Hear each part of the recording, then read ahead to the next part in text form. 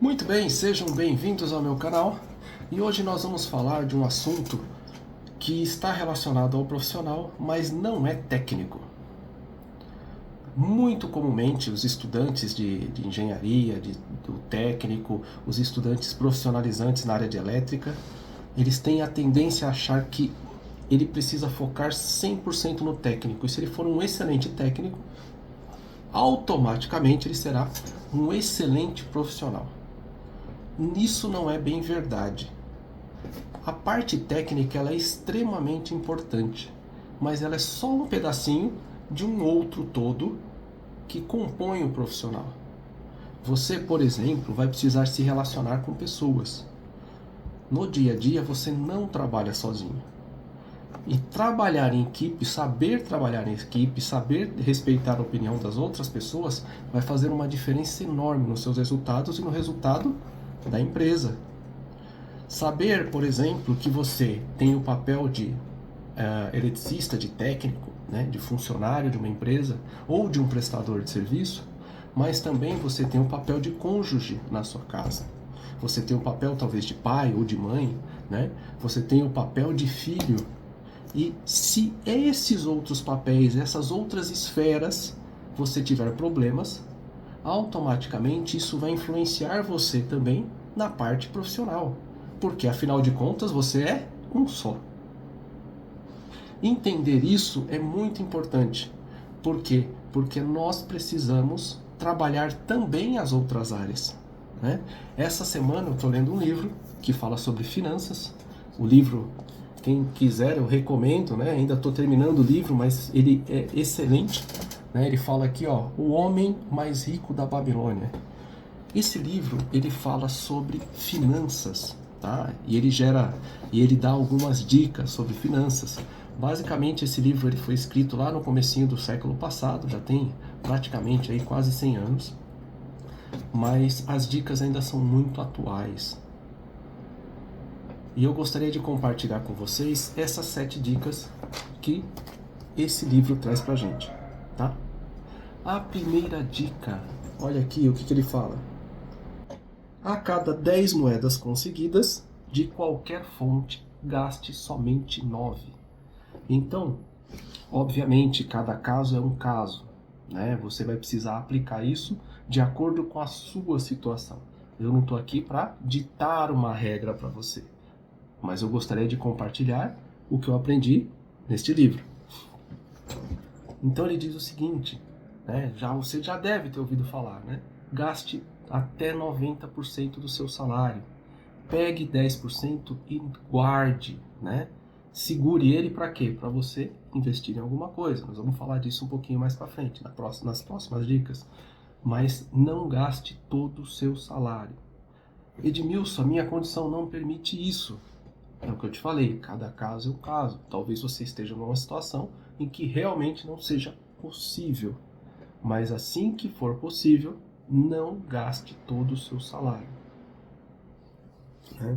A segunda dica que ele fala aqui é planejamento. Né? Você precisa criar um orçamento para você. Por quê?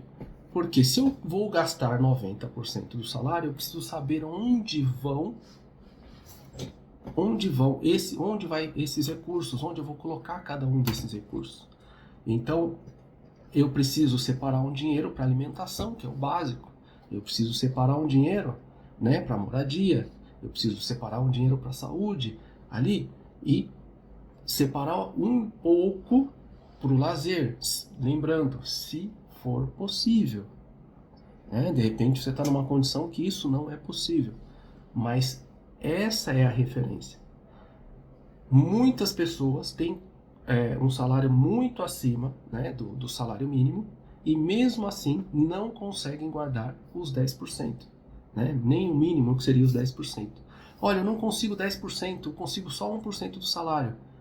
Faça isso. Né?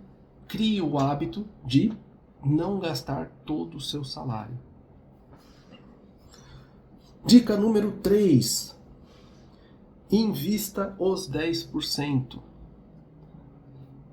a pergunta é, onde é que eu vou investir isso? Né? Todo mundo pergunta isso. Ele fala, olha, eu tenho 100 reais, eu queria investir, onde é que eu coloco? Ah, eu tenho 1.000 reais, eu queria investir, onde é que eu guardo isso? Onde é que eu... O primeiro lugar onde você deve investir é em você. Se você não consegue responder a pergunta, onde eu devo investir o meu dinheiro, o primeiro lugar onde você deve investir é em você. Faça um curso, pegue esse dinheiro que você conseguiu guardar, faça um curso de finanças, né? Tem excelentes cursos aí na internet. Compre um livro sobre finanças, estude sobre o assunto e aí a partir daí, ou converse com pessoas que já trabalham nessa área. Invista primeiro em você. Se você não sabe o que fazer com dinheiro, invista primeiro em você. Não coloque onde você não sabe. Aliás, essa é uma das próximas dicas. Dica número 4. Proteja seu capital. Consegui, com esforço, guardar meus 10%. Agora, não invista em algo que você não sabe. Muito cuidado com esses investimentos que prometem alto rendimento em pouco tempo, né? Existe aquele golpe, né, de que você coloca muito dinheiro aqui, rapidinho ele volta. Aí você coloca um pouquinho, testa, funciona, aí você vai lá e coloca tudo e não volta mais. Né? Esse é um dos golpes mais antigos que tem e até hoje as pessoas caem por ganância. Então tomem muito cuidado. Se você não conhece, não invista naquilo. Dica número 5 do livro. Tenha a sua própria casa, né? Então, por quê? Porque o aluguel é um consumidor de recursos. Então, hoje você está no aluguel, tenha isso como plano, ter a sua própria casa. Dica número 6. Assegure a sua velhice e a da sua família. Você já está trabalhando, né? E se não estiver trabalhando, provavelmente vai procurar um emprego, está à procura de um emprego. Tenha como objetivo garantir o bem-estar da sua família e garantir o seu bem-estar na velhice. Né? Não dependa somente, né, da aposentadoria pública. Não dependa somente da aposentadoria do governo. A gente não sabe como vai estar isso daqui a 10, daqui a 20 ou 30 anos. Então, tenha como objetivo ter rendimentos para que você tenha uma terceira idade, né, uma velhice tranquila, para que quando você não estiver mais aqui, a sua família também esteja assegurada com o patrimônio que você deixou. E por último, aumente a sua capacidade de renda. Como assim? Se você já trabalha, você tem a opção de estudar e se especializar, que aliás esse é o objetivo aqui do nosso canal, né? Dar dicas, né, de como você pode se especializar dentro da área de elétrica. A gente fala aqui de controladores lógicos programáveis, inversor de frequência, dicas de eletrônica, justamente para quê? Para que você se especialize cada vez mais. Isso faz com que você seja um profissional mais atraente. Então você tem condições de galgar uma posição melhor e um salário melhor. Se não naquela empresa, em outra empresa. Como prestador de serviço, como funcionário. Ah, mas só tem essa forma de eu aumentar a minha renda? Não, você pode comprar e vender alguma coisa. Você pode fazer isso através da internet.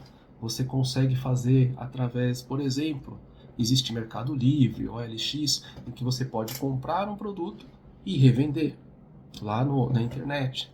Né? Existem uma série de opções hoje com o advento aí da tecnologia. Por exemplo, você pode fazer entregas.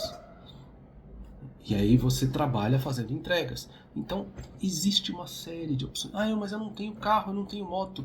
Aqui em São Paulo existem entregas que se faz com bicicleta. Então, você via aplicativo, faz a coleta do produto. Às vezes é uma pizza, às vezes é um produto mesmo, e você faz a coleta e entrega de bicicleta.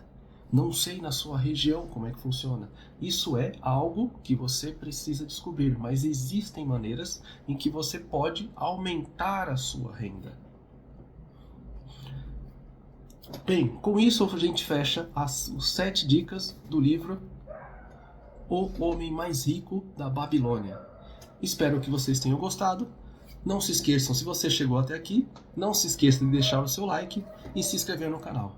Um grande abraço e até o próximo vídeo.